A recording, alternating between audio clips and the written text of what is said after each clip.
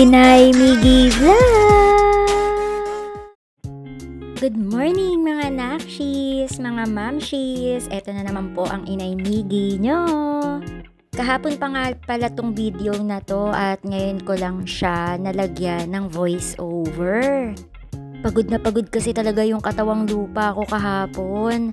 Ang init-init kasi sa biyahe, tapos ang haba-haba pa ng pila sa PTEX, kaya medyo hinapon na akong makauwi dito sa bahay. Nakshuta!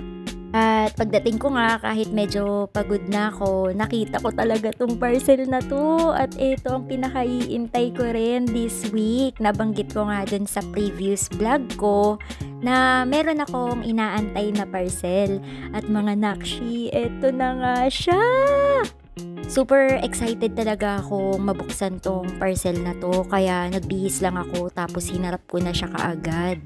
Kung kagaya din kita na medyo particular pagdating sa pag-organize ng mga gamit, isa to sa you must have na bagay na dapat magkaroon ka talaga sa bahay mo or sa kusina mo. Matagal ko na talagang gustong umorder ng ganito, kaso nga lang nagdadalawang isip din ako kasi nga alam mo naman si Inay Miggy nyo medyo tight sa budget this year.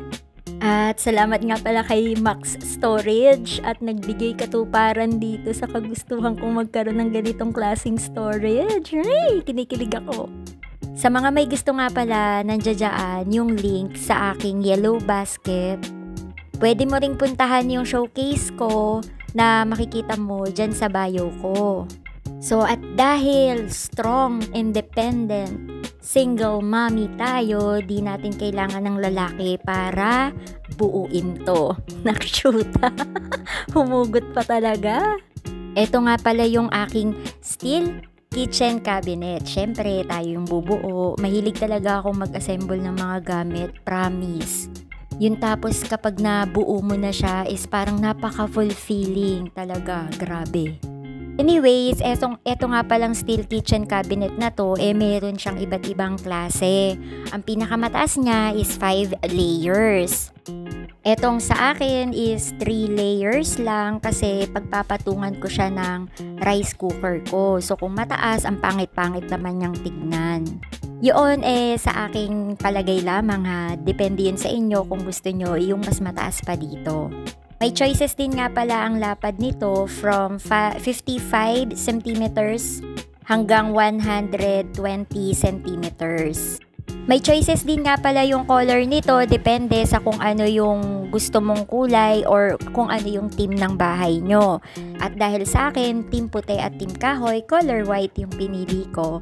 Pwede kang mamili from gray and black, tsaka itong ang white. Ang nagustuhan ko pa rito, pwede kang mamili kung gusto mo siyang lagyan ng gulong or stable stand lang. One thing pa, since eto nga ay metal, syempre asahan na natin na durable to.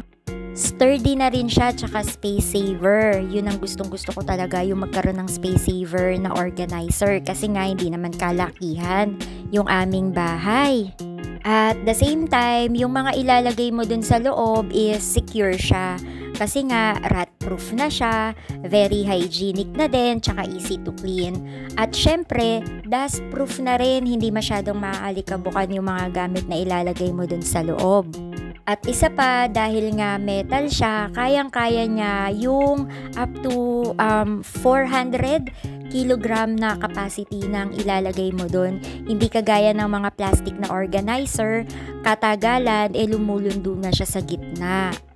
Tuwang-tuwa din ako sa klase ng pinto nito. Aside sa sliding siya, odorless na rin yung material na ginamit sa kanya. Very stylish pa. Kasi siya yung transparent na PVC. Ang lakas makasosyal sa kusina. Grabe. At the same time, yung pinaka back cover niya is steel na rin. Kaya secured talaga siya sa mga insekto, lalong-lalo na sa daga. Doon na rin nga pala itong kasama na 4 na hook kung gusto mong may pagsabitan yung bawat gilid ng iyong steel rack. So, sa mga punto na to, tuwang-tuwa na ako kasi as a strong, independent, single mommy, Isa na naman pong achievement ang makabuo ako ng ganitong klase ng organizer para sa bahay namin.